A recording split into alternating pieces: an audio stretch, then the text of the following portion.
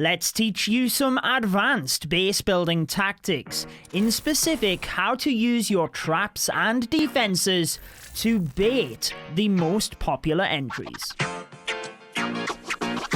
Welcome back to the channel then, guys. I'm your host, Judo Sloth. In the base building basics guide, we talked about appropriately spreading of your tier 1 defenses. For your quick reference, that was the Inferno Towers, Scattershot, Clan Castle, Town Hall, and the Eagle Artillery. A popular method to try and quickly take out one of these, if it is a compartment to the perimeter of the base, is a hero dive. One of the ways to defend this is having a giant bomb to take out all of the barbarians from the king, as well as Tesla, in order to distract him. But there are other ways to defend as well. The barbarian king you have to be looking to defend though.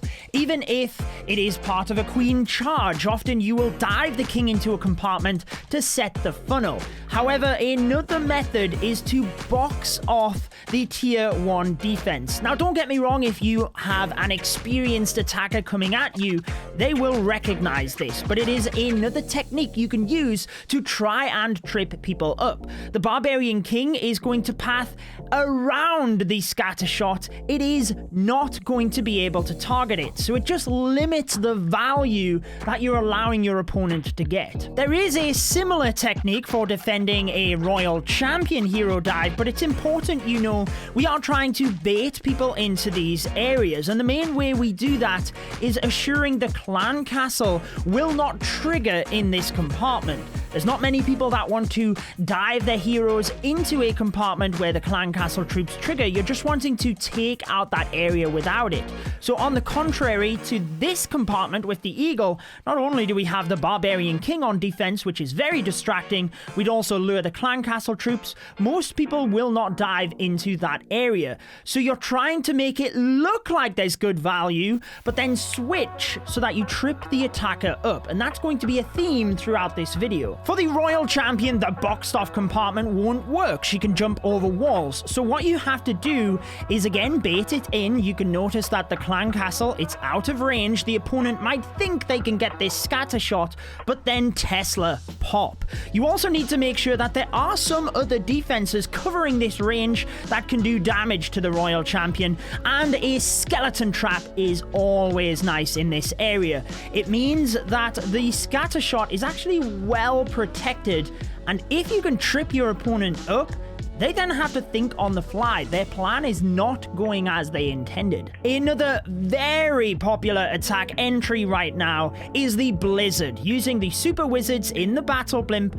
and most of the time people try to get the town hall, although not always. So this is where you can maximize the bait. First option is to use a regular bomb and a giant bomb in combination. These super wizards only have 500 hit points, and both of these in combination will do 540. Again, this could ruin your opponent's attack from the off. There are two other ways that you can limit value and potentially ruin an attack for the Blizzard. The first is the bomb tower. It is hugely important that this is only one tile in gap from the town hall, because if they are turning the bomb tower invisible alongside the super wizards, you want to assure that it is chainable. The defense is still there, so the lightning can chain back to it, and even though the super wizards are invisible, they are not invincible. They're vulnerable to damage, so when the bomb tower goes off,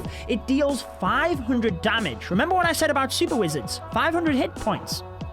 They're history. The other way of defending the Blizzard before we move on is more damage control, assuring the opponent does not get too much value. If you are enjoying this video, by the way, I like to bring educational but entertaining Clash of Clans videos, so if that's the type of content you want to see, I would recommend subscribing and turning on the notification bell. Tornado Trap is a nice touch. It can spin super wizards into a bomb combination, but notice that behind the town hall, nothing went down.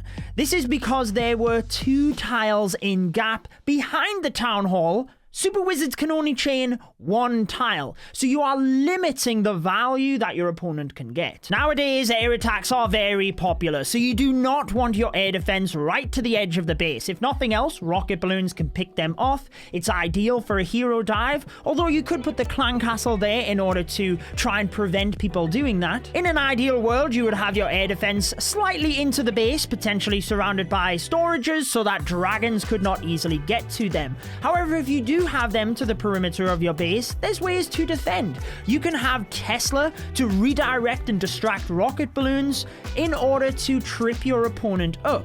Currently, within Clash of Clans, the best way to defend is leave a section of your base whereby it looks vulnerable, but then you trap it. You bait your opponent in, meaning they have to make a decision. Do they send extra troops to get that value?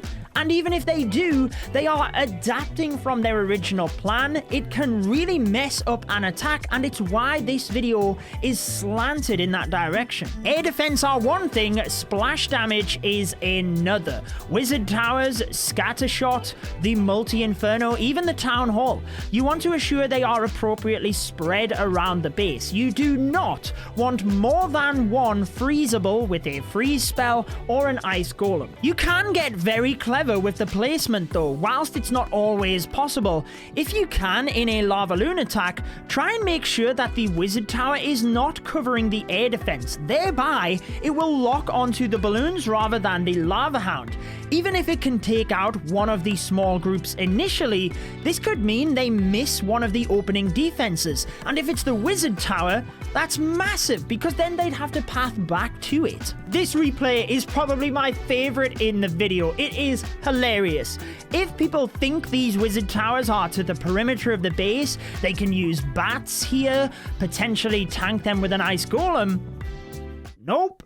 Look at the defense placement. Cannon, mortar, archer tower. Not only can they not tank the wizard tower, when the ice golems pop, they also cannot freeze the wizard tower. It's out of range. So again, you're making them think they can do a strategy, but then you trip them up. Whilst I have another tip coming up, I do want to remind you this entire series has been brought in collaboration with RH Base Building. I cannot thank them enough for their help with this, and if you do want to buy bases from them, I have their website and other details in the description. In the previous episode of this base building guide, the intermediate version, we talked about dead zones, and you see that here with the multi-inferno and the area around it. Often you will have all of your red air bombs stacked around this inferno tower for a lava loon. It can wipe them out, but take a closer look at the image.